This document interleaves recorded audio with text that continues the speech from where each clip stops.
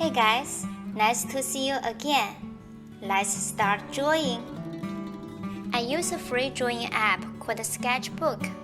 Its felt tip pen is a good brush to draw outlines. In this video, I will talk about the 5 brushes that I normally use, and when to use them, how to use them. If you need to know more details about how to draw outlines, facial features, and how to coloring, then please refer to the tutorials that I posted in the description. Felt tip pen is a legacy brush from Sketchbook, and I find it's the ideal choice to draw fine lines. I normally use its default size 3.2 to create outlines for major body features, then reduce its size to 2.0 to draw hair.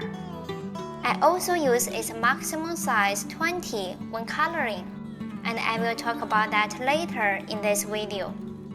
Felt tip pen is very expressive, which makes it perfect for drawing, shading, adding textures, halftone effects, and many more illustration arts.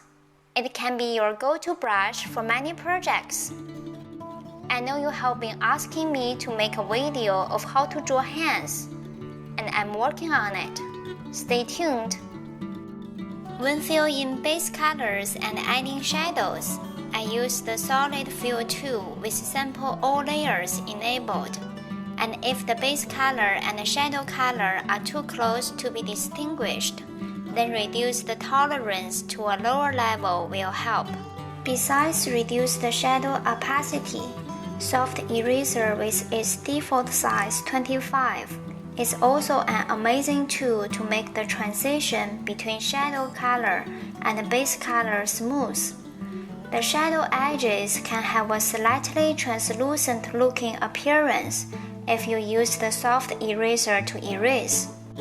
When adding highlights, if the bright area is big, then I use the flow airbrush to spray. But if the area is small, then felt tip pen with its maximum size 20 is a better choice.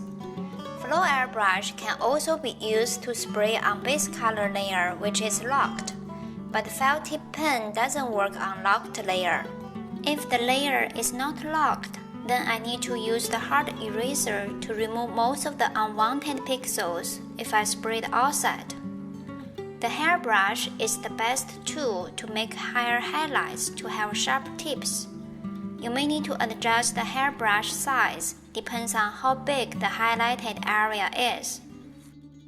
If you have any questions, please leave a comment below. Don't forget to like the video or subscribe to my channel. Thank you for watching. See you next time.